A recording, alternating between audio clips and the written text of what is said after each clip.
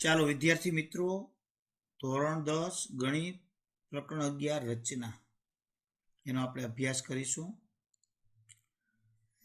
મિત્રો, રચના તમે 9મા ધોરણની અંદર શીખી ગયા છો મિત્રો. એટલે રચનામાં જનરલી મોટાભાગના વિદ્યાર્થીઓને ખૂબ જ મજા આવે, કારણ કે પ્રેક્ટિકલી વસ્તુ થઈ ગઈ. સૈદ્ધાંતિક વસ્તુ આમાં ઓછી આવે. અને કોરોનાના લીધે રચનાઓ છે ઘણી બધી કાઢી નાખી છે. એટલે ટૂંકમાં આપણે કહીએ તો સૈદ્ધાંતિક વસ્તુનો ઉપયોગ થતો એ રચના કાઢી નાખી, પ્રેક્ટિકલી રાખી. અને એના ગુણભાર સાંભળજો કાન ખોલી. એના ગુણભાર 4 અથવા 8 કર્યા છે. જોજો, જનરલી એનો ગુણભાર છે જનરલ ઓપ્શન વિના 4 છે, જનરલ ઓપ્શન સાથે ગણો તો 8. એટલે એનો અર્થ શું થયો કે આમાં અથવા પૂછાવાની શક્યતા પૂરેપૂરી છે. સેક્શન ડી જે 4 માર્કના 5 પ્રશ્નો પૂછાવાના છે. મિત્રો સાંભળજો, કાનમાં મેલ હોય તો કાઢીને. 4 માર્કના પ્રશ્નો પૂછાવાના છે 8. એમાંથી જવાબ દેવાનો છે 5નો. એની 5 ક્વેશ્ચન, એટલે કે 8માંથી કોઈ પણ 5. એવું નહીં 32માં 32 લખવાનો. 8માંથી કોઈ પણ 5. એટલે વિચાર કરો તમે, 3 પ્રશ્નો તમારે કાઢી નાખવાના છે, ખાલી 5 જ લખવાના છે. એમાં 2 રચના પૂછવાની શક્યતા પૂરે છે. જો 100% હું નથી કહેતો 2 પૂછાશે જ. પેપર સ્ટાઇલ મુજબ જે તમને આપી છે એની અંદર જે તમને એક નમૂનાનું પ્રશ્નપત્ર આપ્યું છે એમાં 2 રચના પૂછી છે. અને એમાંથી તમારે એક એટલે 2 દોરો એટલે તમને 2ના 4 માર્ક મળે. મિત્રો 8 માર્ક મળે. એવું પ્રમેયમાં છે 2 પ્રમેય પૂછવાના છે તો એના 8 મળે. એટલે રચના ફક્ત આપણે 6 જ છે. આપણા કોર્સમાં 6 જ રચના છે. અને હું 2 રચના વધારાને કરાવીશ, એટલે 6 ને 2 8. આમ તો બધી 8 પ્રકારની રચના નથી. વર્તુળમાં બધી એક જ પ્રકારની રચના ગણાય. આમાં રેખાખંડમાં 1 પ્રકારની, 2 જ પ્રકારની રચના છે. એટલે એના 8 માર્ક. ખાલી 2 જ પ્રમેય છે આપણા અભ્યાસક્રમમાં, એના 8 માર્ક. 16 માર્ક તો ઇઝીલી મળી જવાના છે. ઇઝીલી, કાંઈ વધારાનું કોઈ તકલીફ આપ્યા વિના 8 માર્ક, 16 માર્ક. અને થોડું ઘણું મેં તમને કીધું છે કે વર્તુળ જેવા ચેપ્ટરો કરી નાખે કે જેમાં આવ્યો ન આવતો હોય સંભાવના, બરાબર. એટલે એવા હેલા ચેપ્ટરો છે. હવે બધા ચેપ્ટરમાં અઘરી વસ્તુ કાઢી નાખી. અંતર ઊંચે જો હવેલું પડે.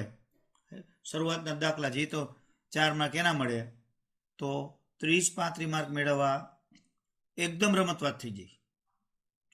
હોશિયાર વિદ્યાર્થીઓને તો તડાકો પડી જવાનો છે, કારણ કે બધું હેલું જ છે. તો મિત્રો, આજે રચના આપણે જોવાની છે રેખાખંડનું વિભાજન. મિત્રો એકદમ સહેલી રચના, બુદ્ધિનો ઉપયોગ લાંબો કરવાનો જ નથી. રેખાખંડનું વિભાજન. રેખાખંડનું વિભાજન કરવાનું છે મિત્રો. તમને ખાસ ચોક્કસ ગુણોત્તર આપ્યો. એમાં તમારા ચોપડીની અંદર તો ફક્ત 2 જ વિભાગ છે, પણ હું તમને એક એક્સ્ટ્રા કરાવીશ 3 વાળી. પછી 3 વાળી કહો એટલે ગમે એટલા વાળી થાય. તો રેખાખંડને વિભાજિત કરવી. આપણા અભ્યાસક્રમની અંદર આ રાખેલ છે રેખાખંડને વિભાજિત કરવાની. તો એની અંદર આપણને રચના 11.1 અને બીજી એક સ્વાધ્યાય 11.1ની પહેલી રચના,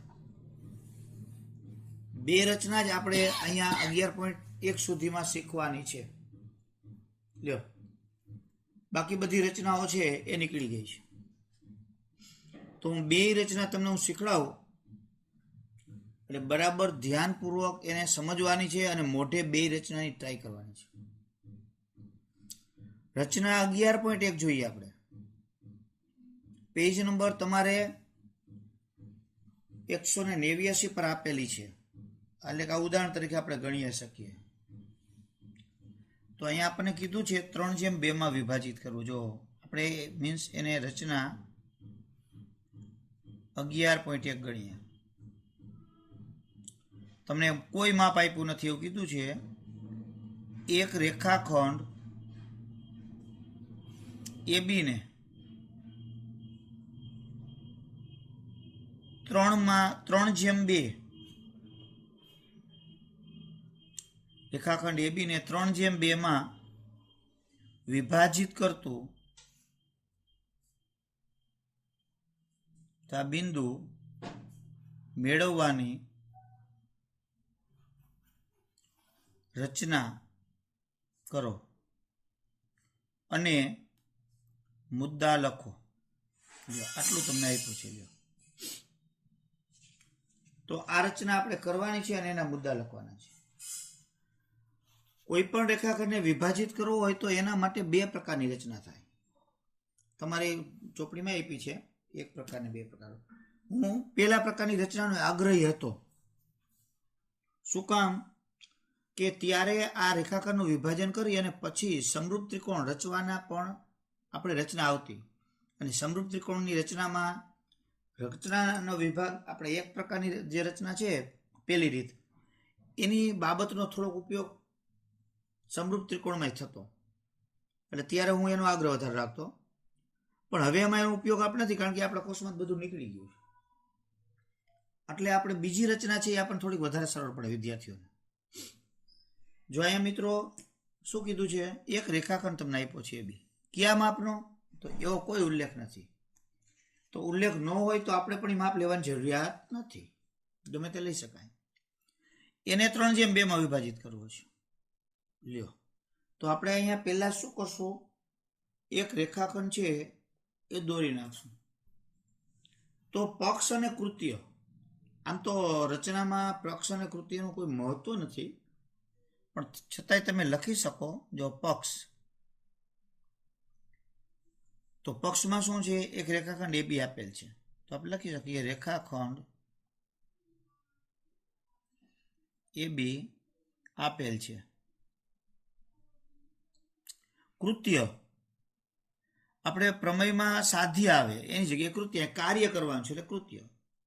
શું કરવું છે, રેખાખંડ AB ને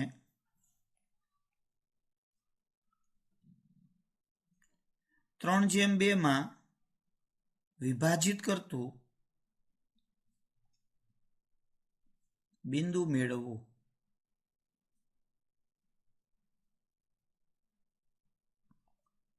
ચાલો હવે આપણે રેખાખંડ AB પહેલા તો લઈ લઈએ મિત્રો. જો બરાબર ધ્યાનપૂર્વક તમારે સમજવાનું છે અને પછી કામ કરવાનું છે. બરાબર, હું એક લીટી ધારું તો તમારે બેસીને એક લીટી દોરવી જરૂરી નથી. પહેલા રચના આખી સમજી લેવાની 1, 2, 3 વખત વિડીયોમાં, પછી તમારે દોરવાની. કોઈ પણ માપ લીધા વિના આપણે રેખાખંડ AB છે એ આપણી અનુકૂળતા મુજબ દોર નાખવાનો. હાલો, જો આ દોરાઈ ગયું. હવે કેટલીક વખત આ તો ઠીક છે, 60નો ખૂણો તમે લ્યો તો વધારે ફાયદો રહે. એટલે તમારે ઉપરને જગ્યા રાખવી. હાલો આપણે એવી રીતે દોરીએ, એટલે તમારે એ દર વખતે ફેરફાર બહુ કરવો જ નહીં. જો મિત્રો 60નો ખૂણો થાય એટલે તમારે આટલી જગ્યા ઓછામાં ઓછી રાખવી. આથી વધારે રહે તો વાંધો નહીં. બરાબર, ગમે તેવી અહીંયા આડી ત્રાસી લીટી થાય કોઈ બહુ મહત્વ નથી, આમ દોરી નાખવાની. એમ તો આપણે આટલી દોરવી છે. હાલો, આ રેખાખંડ દોરાઈ ગયું. એનું નામ આપી દઈએ આપણે. એમ છેડે નામ આપો એટલે આપણને નડે જ નહીં. હવે તમારે બે કિરણો દોરવાના છે, એક A માંથી અને B માંથી, પણ બે વિરુદ્ધ બાજુએ. એક ઉપર દોરો તો બીજું નીચે. જો આને નીચે દોરો તો આને ઉપર. એ તમારી મરજી, તમને જે રીતે ફાવે ડાબોડી જમણી કેમ. પણ કિરણો ગમે તેવા નથી દોરી નાખવાના. કિરણ X દોરો તેને સમાંતર B અહીં દોરવાનું છે. એટલે 60નો ખૂણો તમે કદાચ ન દોરો, એવું કાંઈ બહુ ટેન્શન ન લેવું હોય તો તમારે વળી એમાં યાદ રાખવું. એના કરતાં શું કરવાનું, એક કિરણ ગમે દોરવાનું. જો આટલા આમ ત્રાસું દોરો એટલે તમને વધારે સરળતા રહીએ. બરાબર, જો એ ઉપર પેન્સિલ પહેલાં મૂકી દેવાની, પછી આમ દોરી નાખવાનું. બરાબર, આ કિરણ નામ આપી દઈએ કિરણ X. મિત્રો હવે બીજું કિરણ તમારે B માંથી દોરવું છે. આમ તો દોરવાનું નથી, ચોકડી પાડવાનું નથી. એટલે આ ઉપર દોરતા નીચે જ દોરવું પડે. તો નીચે દોરવા માટે તમારે અહીં શું કરવાનું છે? આને સમાંતર લેવું છે. તો આમ સમાંતર લેવામાં તમારે જો લોચા પડશે. સમાંતર જ થવું જોઈએ, કારણ કે આ બે ખૂણા સરખા થવા જોઈએ. તો એના માટે કરાવીશું આપણે એમ થાય આટલે આટલે છે, તો પછી આમ લેતો હોય. કદાચ આમ કેટલાય નજીવો બહુ ફાવટ ન હોય મારા જેટલે, મારે તો પ્રેક્ટિસ સારી થઈ ગઈ એટલે અહીંથી આમ સીધું લઈએ તો આમ લેતા લેતા લેતા એટલે આમ ત્રાસું થઈ જાય. જો તો આમ ત્રાસું થઈ જાય આપણે જોવાનું કે આ ભાગ સાંકડો થઈ ગયો, ના તો પોળો. તો એવું ન લઈએ તો આપણે આમ મૂક્યું માનો કે હાલો, તો પછી આપણે જોવાનું કે બે સમાંતર ક્યાં થાય છે. આપણે ત્યાં રેડી સમાંતર થઈ ગયું. જો હું આમ કે આમ જવા દઉં તો જો મારે અહીંયા જ આવે. જો સેજ માઇનોર ફેરવી દો, આટલો આમ કરી નાખો. 7-8-10 વખત આની પ્રેક્ટિસ કરવાની કે આમ જવાથી સમાંતર થાય છે કે નહીં. પછી ઓટોમેટિક તમારું મન કહી દેશે કે સમાંતર રેડી. બરાબર, જેમ સેજ એમ લાગતું હોય સેજ આટલું કરી શકાય. ઘણા બધા રસ્તા છે સમાંતર છે, એ બીજી ફૂટપટ્ટી લઈને અંતર પણ માપી શકો. નહીતર અહીંયા આમ તમ પણ માપી શકો. હાલો અહીંયા અંતર કેટલું આટલું છે તો અહીંયા આટલું હોવું જોઈએ, તો કે રેડી. લ્યો, એટલે આ રીતે ટૂંકમાં આ બેને સમાંતર લ્યો એટલે આ બે ખૂણા સરખા થાય. જો આમ કહીને આ બાજુ દોરવાનું.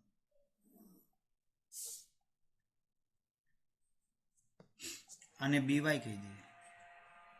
મિત્રો મેં ફક્ત શું કર્યું, અત્યારે એક રેખાખંડ AB લીધો, એક કિરણ AX લીધું ને કિરણ BY લીધું. બંને કેવા છે? એકબીજાને સમાંતર કિરણો છે.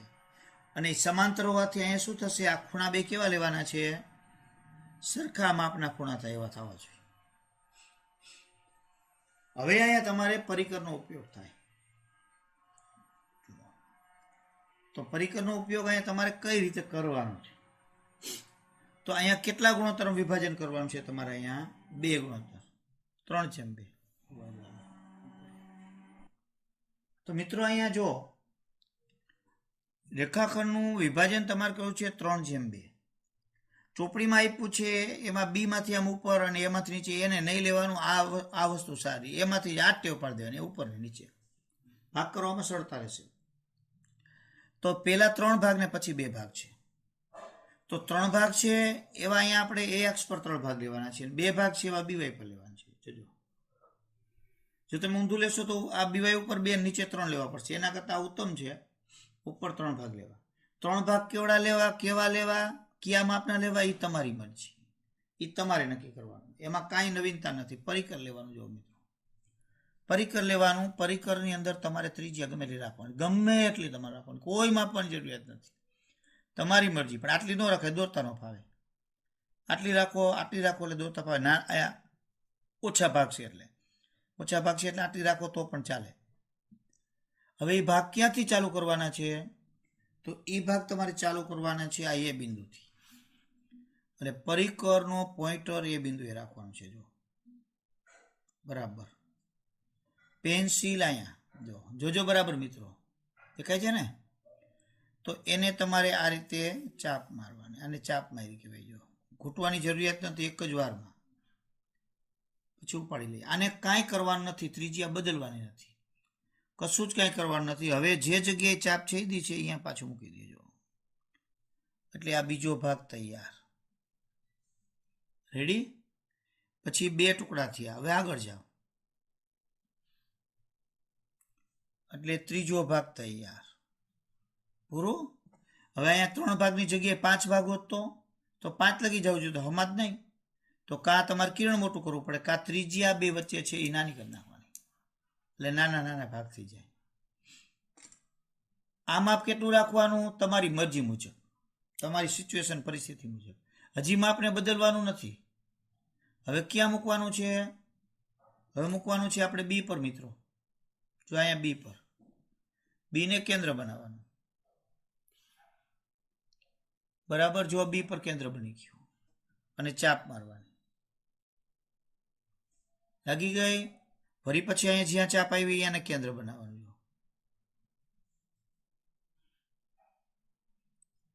અને આગળ ચાપ મારવાની. લાગી ગઈ. કેટલા ભાગ કરવાના છે? 2 થઈ ગયા. શું કામ? 3/2. લ્યો, એટલે આટલી બધી ઈઝી વસ્તુ છે. ફરીથી સાંભળી લ્યો. એને કેન્દ્ર બની એક ચાપ મારી, આને કેન્દ્ર બની વરી ચાપ મારી, આને કેન્દ્ર આગળ હાલ્યું જવાનું.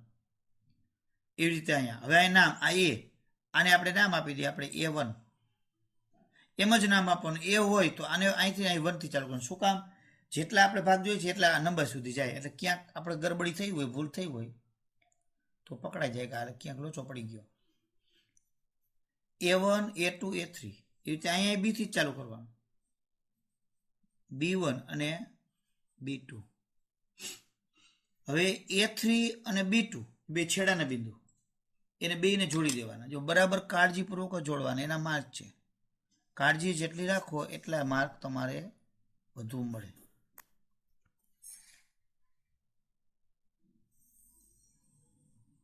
જોડાઈ ગયું? તો અહીંયા જે છેદ બિંદુ આવ્યું એ તમારું C બિંદુ તૈયાર, અથવા P બિંદુ નામ આપવું હોય. ABC છે મોટા ભાગે P ને એવું એમને આપતા હોય તો જે બિંદુ છે તેને P બિંદુ કહીએ. લ્યો, રચના પૂરી. 4 માર્કની રચના છે એટલે દોરવાના. એની અંદર તમને જે 2, 2.5, 3 માર્ક જે કાંઈ નક્કી કર્યું હોય પરીક્ષકે એ પ્રમાણે મળે. મિત્રો, બીજી વખત તમે વિડીયો એમાં લેજો, ફરીથી જોજો બરાબર. હું ખાલી એની હાઇલાઇટ કહી દઉં છું કે રેખાખંડને વિભાજિત કરતા બિંદુ લેવા હોય તો રેખાખંડ દોરવાનું, માપ કીધું હોય તો માપ પાડો. પછી એક કિરણ X દોર નાખવાનું, એને સમાંતર કિરણ BY દોરવાનું. સમાંતર કિરણ દોરવા માટેની રચના તમારે અહીંયા કરવી આમ તો જરૂરી નથી, કારણ કે એવું આપણા અભ્યાસક્રમની અંદર લખ્યું ને, સીધું સમાંતર લઈ લેવાનું છે, નકર દોરવી પડે. એટલે સમાંતર કિરણો દોરવાના એટલે આ ખૂણા બે સરખા થાય. હવે 3/2 વિભાજિત કરે તો AX ઉપર 3 ભાગ લેવાના. એને કેન્દ્ર બની ચાપ E ત્રિજ્યાથી A1 ને કેન્દ્ર બની ચાપ આગળ જવાનું. એટલે આ ત્રણેય માપ સરખા થાય. જો અહીંથી આટલું માપ, અહીંથી આટલું ને અહીંથી આટલું. એ જ રીતે અહીંયા B1 અને B1 B2 એ સરખા લેવાના. પછી આ 3/2 જો ત્રીજો ટુકડો આનો, આ બાજુ બીજો ટુકડો અહીં એ બેન જોડી દો જે આવી જાઓ. તો મિત્રો, જે કામ તમે કર્યું છે એને તમારે મુદ્દામાં લખવું પડે. એને કહેવાય રચનાના મુદ્દા.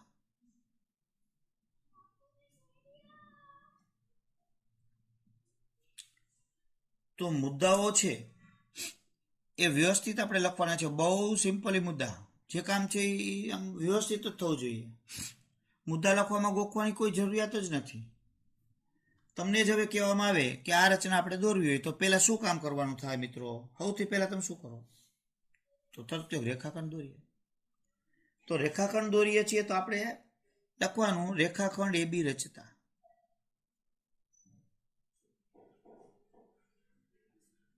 જોકે આ મુદ્દો ન લખો તો હાલે, પણ આપણે લખવો રચતા, કારણ કે એ તો તમને આપ્યો જ છે. હાલો, એ દોરાઈ ગયો રેખાખંડ. હાલો મિત્રો, પછી શું કર્યું? પછી આપણે કિરણ રહીશું એક AX અને BY. તો એના માટે આપણે કન્ડિશન શું મૂકી કે આ બે કિરણો સમાંતર હોવા જોઈએ અને આ બંને ખૂણાઓ છે એ સમાન હોવા જોઈએ.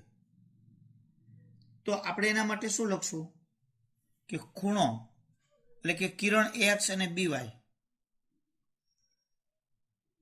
કિરણ AX રહીશું જો, અને BY એવું રચતા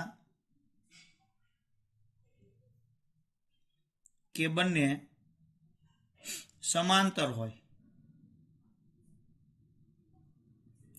તેમજ એક સમાંતર હોય, તેમજ જે અહીંયા ખૂણો બન્યો કયો XAB, ખૂણો XAB બરાબર ખૂણો ABY.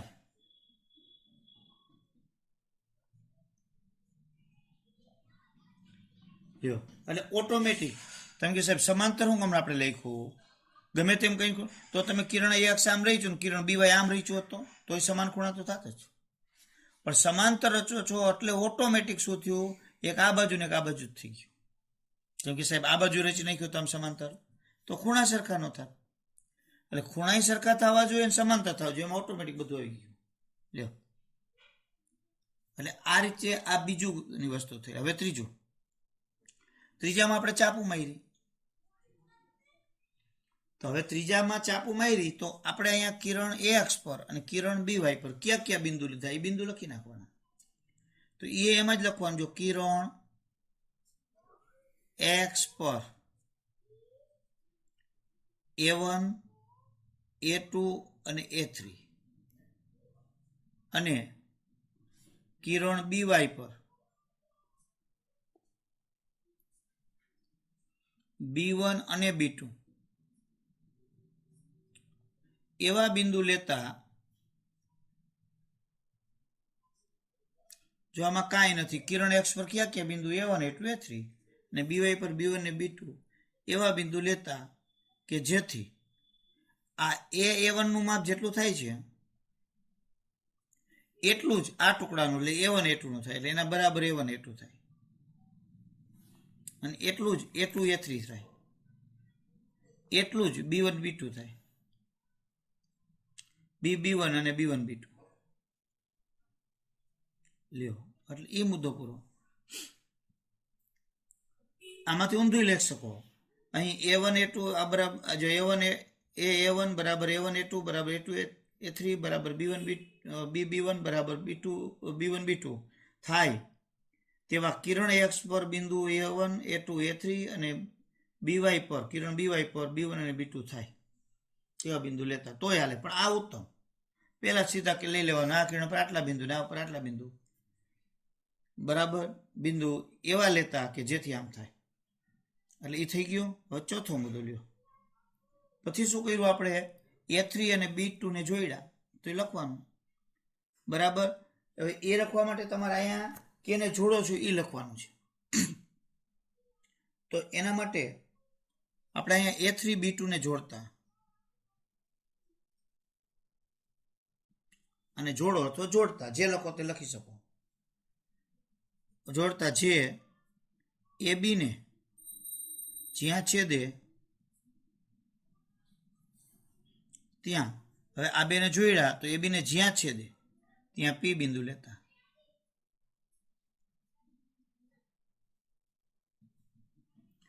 છેલ્લે જવાબ આવી ગયો. આમ PA રેખાખંડ AB નું રેખાખંડ AB ને 3:2 માં વિભાજિત કરતું બિંદુ છે.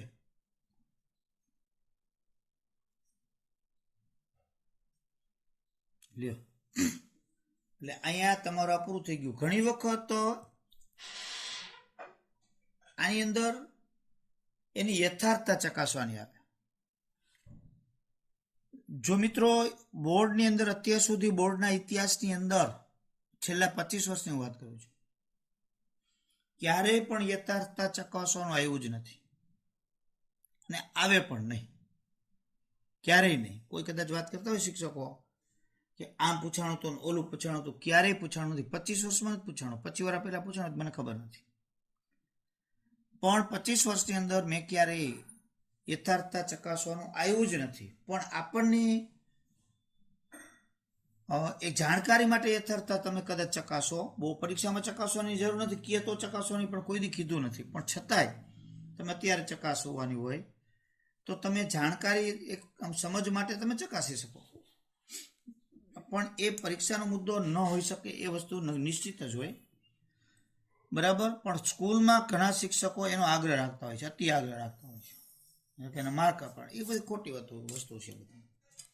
પણ આપણી જાણકારી એક જ્ઞાન વધે એના માટે જોઈએ તો અહીંયા યથાર્થતા કઈ રીતે ચકાસી શકાય?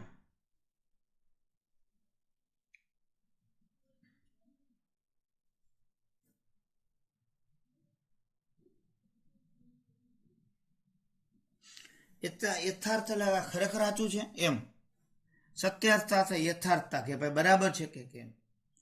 તો એના માટે સમરૂપ ત્રિકોણની જાણકારી આપણને હોવી જરૂરી છે. સમરૂપ ત્રિકોણ, સમરૂપ ત્રિકોણ એટલે એની જે આપણે 9મા ધોરણની અંદર એકરૂપતાની જે શરતો આવતી હતી એવી સમરૂપતાની શરતો આવે. ત્રિકોણના ચેપ્ટરમાં આપણે શીખવાની આવશે હજી. તો કે બાખુ બા કુબાખુ બાબા બા ખુખુ, એ બધી સમરૂપતાની શરતો છે. તો એની શરત મુજબ આપણે અહીંયા ખુખુ શરતનો ઉપયોગ કરી શકીએ. આ બે ત્રિકોણો છે એમાં ફક્ત બે ખૂણાની જોડ સરખી થાય તો બે સમરૂપ ત્રિકોણ કહેવાય. તો જો આ બે સમાંતર રેખાઓ છે, આ એની છેદિકા થાય, તો અહીંયા ઝેડ બની જાય જો. અને આપણે કીધું કે આ બે ખૂણા સરખા હોવા જોઈએ છે જ. અને આ ભી કોણ એ સરખા પણ યુગ્મકોણના લીધે સરખા થાય કરવા હોય તો, કારણ કે બે સમાંતર રેખાની છેદિકા. એટલે આ બંને ખૂણા સરખા, આ પણ સરખા, આ પણ સરખા. ખૂણાની કોઈ પણ બે જોડ સરખી હોય એટલે એ બે ત્રિકોણ સમરૂપ થઈ ગયા કહેવાય. તો આપણે સીધું અહીં બતાવવાની જરૂર નથી. ક્યાં બે ત્રિકોણ સમરૂપ થશે? તો કે ત્રિકોણ એપી જો APA3 અને BPB2 પણ ખૂણા એ જેવડો ખૂણો બી લીધો છે એટલે એની સાથે જ બી આવવો જોઈએ ખાસ. તો અહીંયા એ એની સાથે બી એટલે ખૂણો એ અને ખૂણો બી, જો બે બિંદુ સરખા, આપણે 9માં એકરૂપતામાં લેતો એ જ રીતે, અને પી બેમાં સરખા એટલે અહીંયા પી અને પી. વાય વૈધો આ ત્રિકોણ ઉપલો ત્રિકોણ છે એનો કયો ખૂણો A3 અને આનો B2, તો આનો A3 સાથે B2 આવે. સમરૂપ છે એટલે સમરૂપતામાં ફક્ત આ રીતે જો આ નિશાની કરી શકો, અથવા ગુજરાતીમાં લખવું પડે આ બંને ત્રિકોણ સમરૂપ છે. હવે સમરૂપ થયા તો તેથી એને અનુરૂપ બાજુઓ સમપ્રમાણમાં. તો અનુરૂપ બાજુઓ સમપ્રમાણમાં એટલે કઈ લેવી? હવે એની અંદર કઈ બાજુઓ લેવી? તો આની અંદર બાજુઓ કઈ લેવી? તો એક તો આ ખાનાવાળી લેવાની જ ફરજિયાત, બરાબર. અને જે રેખાખંડમાં આપણે લેવીની છે તે, તો મિત્રો જો આ રેખાખંડમાં લેવાની છે એટલે કોણ? એપી ને પીબી, તો એ લખી જ નાખવાનું. જો આની એપી પેલા બે અક્ષર લેશો છેદમાં પીબી, પછી A3 લ્યો, જો પેલો છેલ્લો અક્ષર A3,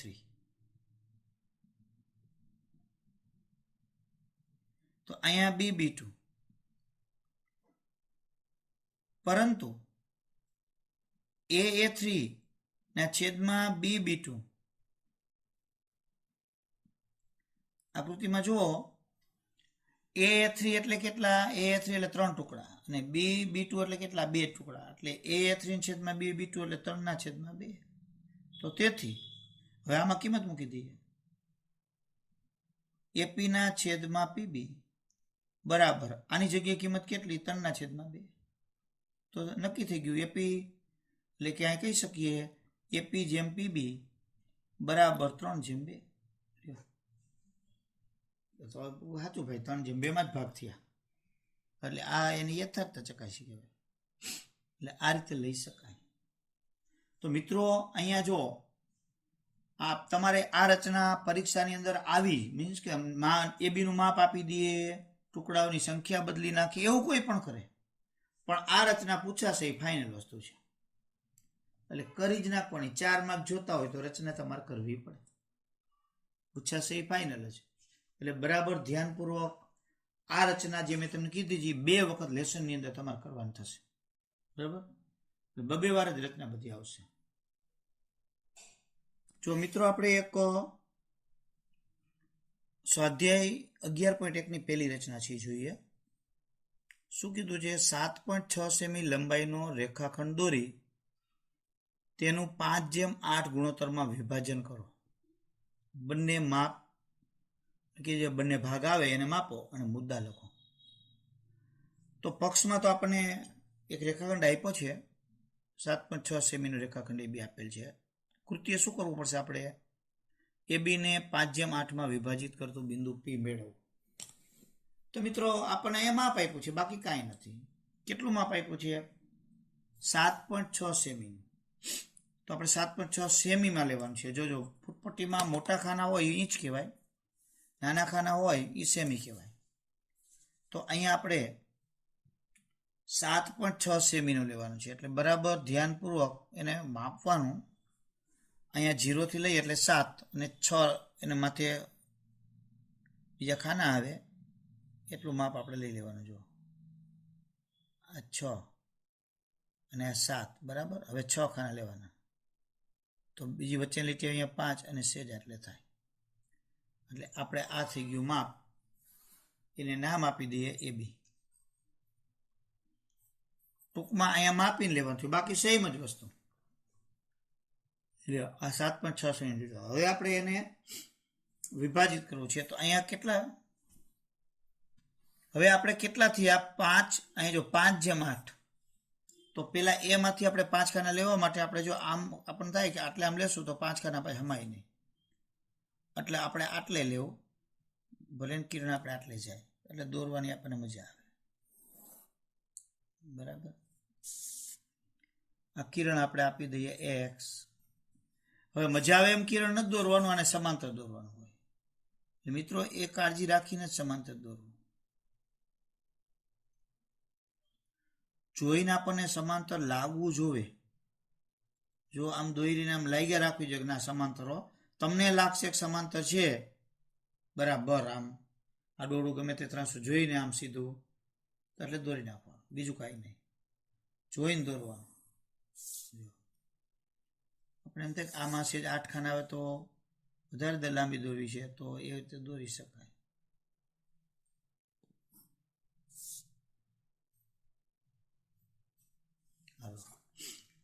હવે આપણે ખાના કરવાના છે, ચાપ મારીને બિંદુ મેળવવાનું છે.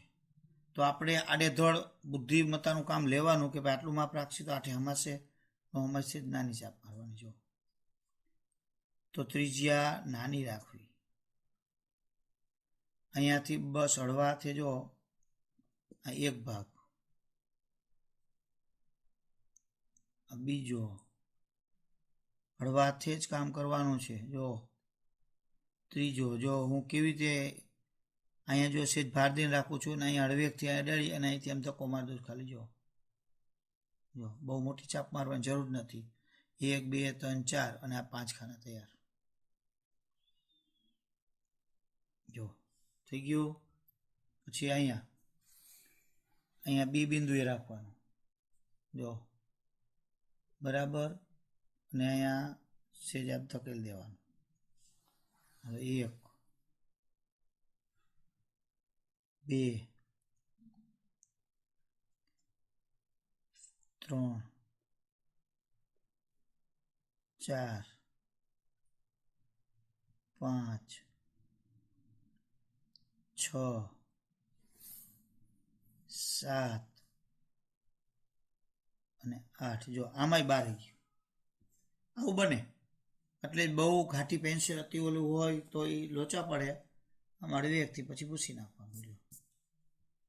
અને એનું માપ છે એટલે કે રેખાખંડ છે એને આપણે લંબાવી દઈએ. પણ એ લંબાવો ત્યારે પણ કાળજી રાખવી પડે, કારણ કે એની લાઈનમાં જ લીટી થાય.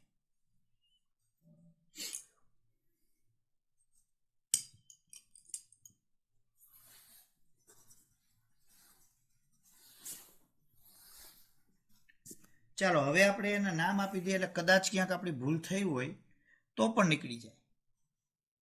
આ 1 2 3 4 અને 5. B1 B2 B3 B4 B5 B6 B7 અને B8. મિત્રો છે ને ઈઝી વસ્તુ છે.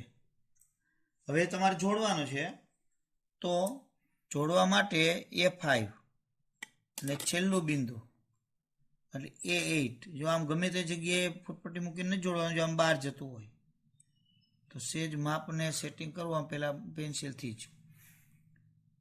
આપણે એમ થાય કે ના હવે બરાબર આવશે તો અહીં જ દોરવાનું. લ્યો, જ્યાં છેદે અહીંયા P બિંદુ તૈયાર. રચના પૂરી દોરવાની. 2-3 ત્રણમાં રચના દોર એટલે એવી ફાવટ આવી જાય. આ 1-2 જ મિનિટની અંદર રચના દોરાઈ જાય. ફક્ત 2 મિનિટમાં રચના, 2 મિનિટમાં મુદ્દા, તો 3 મિનિટમાં મુદ્દા લાગે, 5 મિનિટમાં બધું કામ પૂરું થઈ જાય. લ્યો, હવે આપણે રચનાના મુદ્દા લઈએ.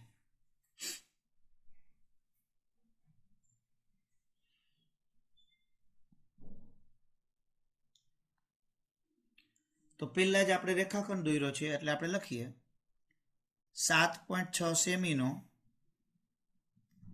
રેખાખંડ AB રચતા. હાલો, બીજા મુદ્દામાં શું કર્યું? કિરણ દોર્યા. સીધું સિમ્પલ જ આવે. કિરણો ક્યાં દોર્યા? AX. અને કિરણો BY એવા રચતા અથવા રચતા, એવા રચતા એ લખવાની જરૂર નથી, કિરણો રચતા જે અથવા એવા રચતા જે બંને સમાંતર હોય, સમાંતર હોય તેમજ એક સમાંતરનું લખવાનું અને બીજું ખૂણાનું લખવાનું. કયો ખૂણો થશે? XAB બરાબર ABY.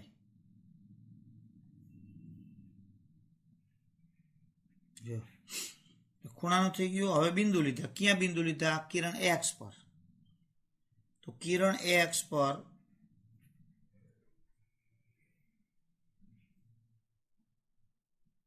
ક્યાં ક્યાં બિંદુઓ લીધા?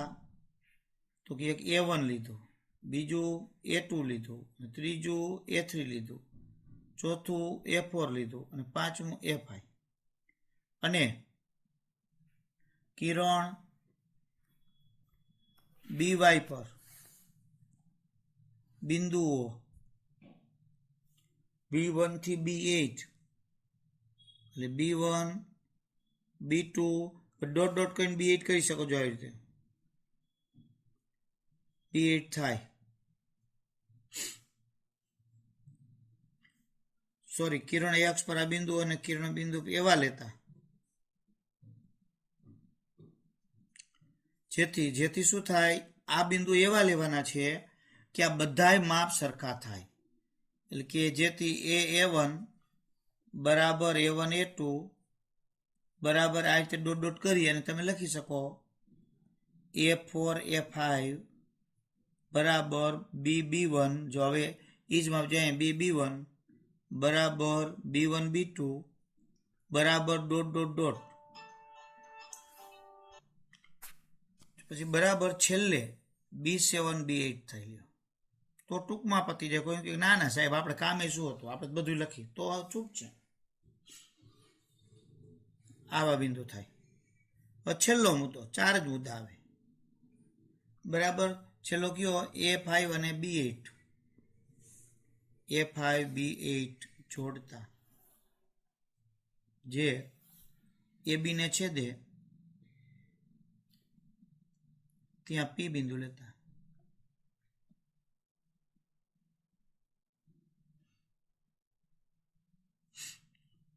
તો આમ AB ને 5/8 વિભાજિત કરતું બિંદુ P છે. એટલે આપણો બે જવાબ પૂરા થયા, રચના દોરવાની અને મુદ્દા લખવાના. પણ પાછો એક તમને પ્રશ્ન અહીંયા કીધો છે, જો બંને ભાગ માપો, તો તમારે આ બે ભાગ માપવાના છે અને માપી અને જવાબ એનો સાચો આવવો જોઈએ, ખોટો નહીં. તો એના માટે તમારે રફમાં ગણતરી કરી નાખવાની. કેવી રીતે રફમાં ગણતરી કરવી એ પણ હું તમને શીખવાડું. જો પહેલા આપણે અત્યારે માપીએ, જો બરાબર આપણે ધ્યાનપૂર્વક માપીએ તો કેટલો જવાબ આવે જો, અને પછી કાયદેસર એની ગણતરી છે એ કેટલી થાય એ હું તમને કહી દઉં. બરાબર, એટલે અહીંયા મારી જે ગણતરી અહીંયા માપન મુજબ 2.7 જેટલો જવાબ છે, 6-7 જેટલો. હાલો આપણે એક રફમાં યાદ રાખી લઈએ કે અહીંયા એપી નું માપ 2.6 અથવા 7 છે. બરાબર, એટલે હવે સામે પીબી નું માપ કેટલું થાય એ પણ માપી લઈએ. જો હવે પીબી નું માપ માપી લઈએ તો એ 4.9 થાય છે. પીબી 4.9. બે નો સરવાળો કરો એટલે ઓટોમેટિક એ તો 7.6 થાય. જો 9 ને 7 6 16 એટલે 4 5 6 ને 7 7.6 થઈ ગયા. કેટલા ને તો એ નો થાય, એ અહીંયા 2.6 લખે ને અહીંયા 4.9 લખે એટલે એ 7.5 થતો હોય, એ ન થવું જોઈએ. હવે આ માપ ખરેખર સાચું છે કે ખોટું બીજો રફમાં જ ગણતરી છે.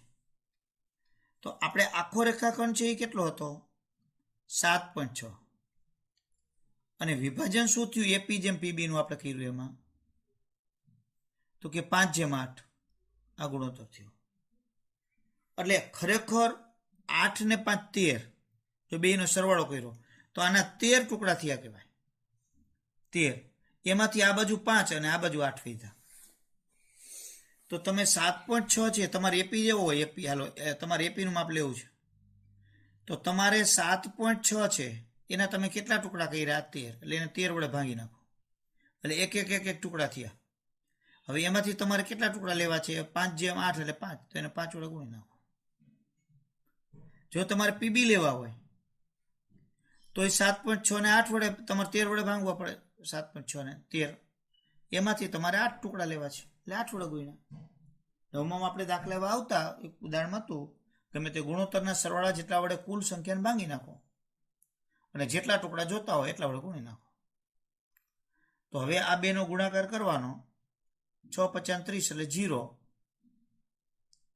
અને 7 × 5 = 35 ને 3 = 38. 38 × 13 ભાંગાકાર કરી નાખવાનો.